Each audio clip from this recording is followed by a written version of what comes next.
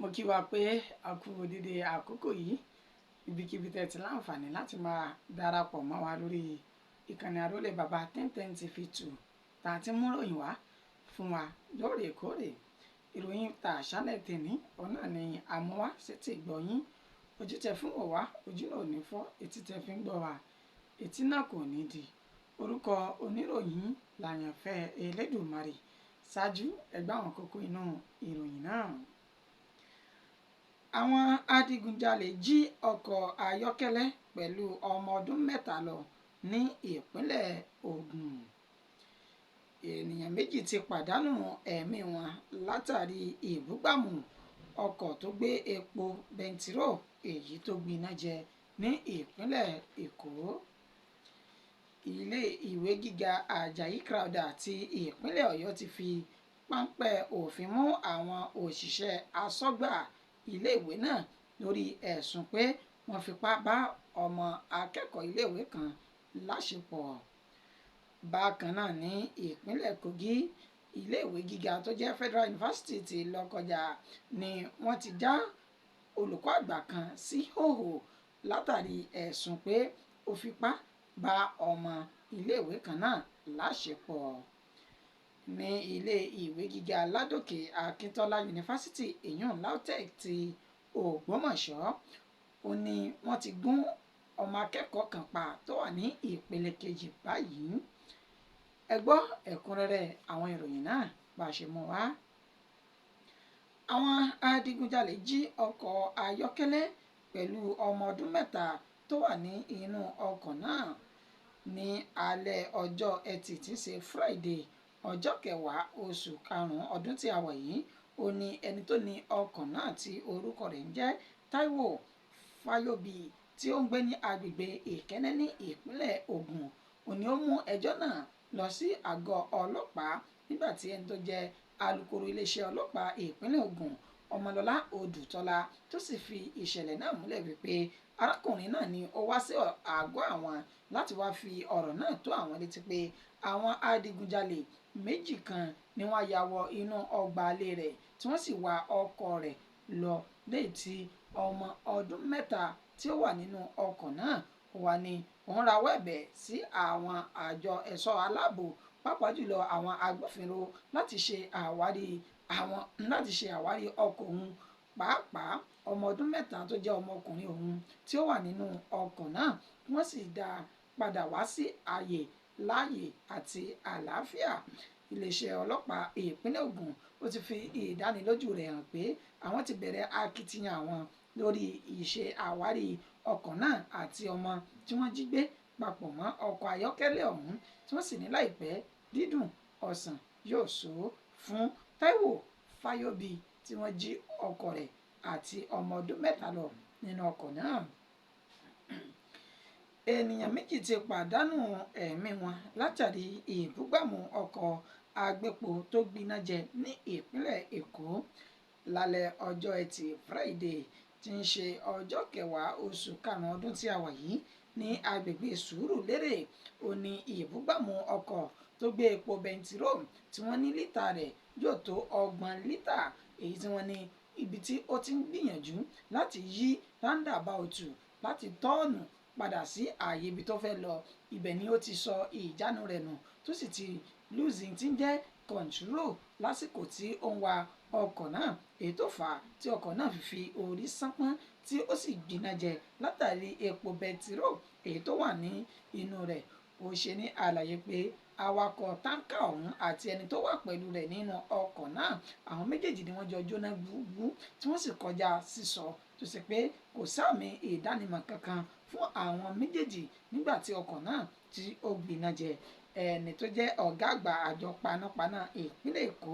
ìyún Margaret Adéṣeyẹ ó ní àwọn gbìyànjú láti dóòlà ẹ̀mí àwọn ènìyàn méjèèjì yìí pẹ̀lú bó ṣe jásí pé bí ìpè náà ṣe dé ọ̀dọ̀ àwọn ni àwọn ti gbé ìgbésẹ̀ táwọn sì ti sáré tara ṣàṣà wá síbi tí ìṣẹ̀lẹ̀ náà tí ó ti ṣẹlẹ̀ láti dóòlà ẹ̀mí àwọn ènìyàn ọ̀hún. Ṣùgbọ́n tán ní ẹ̀pà kò bóró ní gbogbo àkókò tí àwọn yóò fi dé ibi tí ìṣẹ̀lẹ̀ náà ti ṣẹlẹ̀, léyìí tó túmọ̀ sí pé eléru ti sungi àwọn méjèèjì sì ti jóná gbúgbúrú. Ó sì ní àwọn ti bẹ̀rẹ̀ ìgbésẹ̀ láti wọ ọkọ̀ náà kúrò pẹ̀lú àwọn ọkọ̀ tí wọ́n fi ara gbá ìṣẹ̀lẹ̀ náà kí ó má bàa sún kẹrẹ pàkẹrẹ ọkọ̀ lójú òpópónà tó wà ní Sùúrùlérè nípínlẹ̀ Èkó náà. Ilé ìwé gíga Àjàyí Crowther ti ìpínlẹ̀ Ọ̀yọ́ ti fi páńpẹ́ òfin mú àwọn òṣìṣẹ́ aṣọ́gbà àti aṣọ́ ilé ẹ̀kọ́ ọ̀hún pẹ̀lú ẹ̀sùn pé wọ́n fi ipá bá ọmọ akẹ́kọ̀ọ́ kan lóbìnrin ní àṣepọ̀ ní ilé ìwé náà. Lásìkò tí a fi ń kó ìròyìn yìí jọ, a kò tí ì mọ orúkọ akẹ́kọ̀ọ́ tí wọ́n fi tìpátìkúùkù bá ní àṣepọ̀, ṣùgbọ́n ẹni tó jẹ́ alukoro ilé ìwé gíga ọ̀hún Olúwafẹ́mi Àtóyèbí ó ṣe ní àlàyé pé ní ọjọ́bọ̀ tọ́sídẹ̀ẹ́ tí ń ṣe ọjọ́ kẹsàn-án oṣù karùn-ún ọdún tí a wà yìí ó ní ìròyìn náà ni ó wá sí etí ìgbọ́ àwọn wípé àwọn aṣọ́gbà àwọn méjì kan tán jẹ́ security guard méjì ni wọ́n fi tìpátìkúùkù bá ọmọ akẹ́kọ̀ọ́bìnrin kan ní àṣepọ̀ ní ilé ìwé náà. Wọ́n ní àwọn fi orúkọ bo akẹ́kọ̀ọ́ ọ̀hún ní àṣírí látàrí nǹkan ìta gbangba ètò wà ní ara ẹ̀sùn náà. Ó sì ṣe ní àlàyé pé àwọn ti bẹ̀rẹ̀ ìwádìí àwọn fínífíní lóòótọ́, bákan náà ni àwọn sì ti fa àwọn méjèèjì tí wọ́n ṣiṣẹ́ burúkú yìí lé àwọn agbófinró lọ́wọ́. Nígbà tí àwọn agbófinró ń ṣe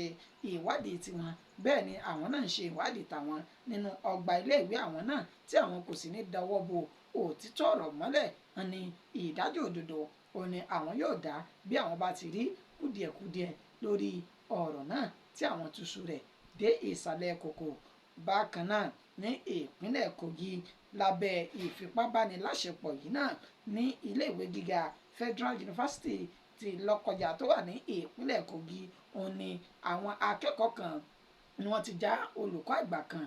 COO tí wọ́n sì gba aṣọ lọ́rùn àti nídìí rẹ̀ tó sì kó pátá léńjeléńje nìkan nídìí ẹ̀ lórí ẹ̀sùn pé ó máa ń fi tìpátìkúùkù bá àwọn akẹ́kọ̀ọ́ iléèwé gíga náà ní àṣepọ̀. Ẹni tó jẹ́ alukoro ilé ìwé gíga ọ̀hún Daniel Laike ó ṣe ní àlàyé pé lótìtọ́ àti ní òdodo ni àwọn ti gbọ́ sí ọ̀rọ̀ náà pẹ̀lú bí àwọn akẹ́kọ̀ọ́ ṣe já olùkọ́ náà sí ìhòòhò ní ìta gbangba ní agbègbè ilé ẹ̀kọ́ náà lórí ẹ̀sùn pé ó fi ìpátìkúùkù bá ọmọ akẹ́kọ̀ọ́ kan ní àṣepọ̀ lórí pé kò fún ní ààyè. Bákan náà ni ó ní kí ọmọ náà tó lè gba máàkì gidi níṣe ni yóò fi ìdí rẹ̀ ra máàkì ọ̀hún, èyí tí wọ́n ní àwọn akẹ́kọ̀ọ́ náà dọdẹ rẹ̀ títí tí àṣírí rẹ̀ tí ó sì fi tú síta gbangba báyìí. Ó ní wọn kò ṣàìṣe, ó ní ẹni tí ọ̀rọ̀ náà kàn tí wọ́n já sọ mọ́ lọ́rùn yìí kò ṣàìṣe àkóbá fún gbogbo àwọn olórí ẹ̀ka ẹ̀kọ́ kọ̀ọ̀kan tí wọ́n jọ mọ̀ nípa ọ̀rọ̀ náà, tí ó ní ó ti ń ká bòròbòrò látàrí ìwádìí tí àwọn ń ṣe lọ́wọ́ lórí ọ̀rọ̀ náà. Ó sì sọ di mímọ̀ pé lẹ́yìn tí àwọn bá ti rí òkodoro ọ̀rọ̀ kò sóhun méjì ju kí àwọn kọjú àwọn ènìyàn yìí sí ilé ẹjọ́ lẹ́yìn tí wọ́n bá gba ìdájọ́ títí ọgbà iléèwé náà tán. Ní ilé ìwé gíga Ládòkè Akíntọ́lá yunifásitì tí ń ṣe LAUTECH nílùú Ògbómọ̀ṣọ́ ti ìpínlẹ̀ Ọ̀yọ́, ibẹ̀ ni àwọn oníṣẹ́ burúkú kan tí wọ́n ṣe gún akẹ́kọ̀ọ́ tó wà ní ìpele kejì ní ẹ̀ka ẹ̀kọ́ information science tí wọ́n gún ní ìgúnkúgùn pa. Akẹ́kọ̀ọ́ tí wọ́n pe orúkọ rẹ̀ ní Adédòkun Ọlámilékan ó ní wọ́n ní ó ń ta ọjà aṣọ ọkùnrin àti tobìnrin ní agbègbè ilé ẹ̀kọ́ náà, tí wọ́n sì ní àwọn kò tí ì dá àwọn ènìyàn tí wọ́n dá légbodò tí wọ́n dẹ̀mí rẹ̀ légbodò, àwọn kò tí ì lè ṣe irú àfiwé ènìyàn tí wọ́n jẹ́. Bákan náà ni àwọn kò tí ì mọ irú èèyàn tí wọ́n jẹ́, ṣùgbọ́n wọ́n ní ọjọ́ ẹtì tí ń ṣe Friday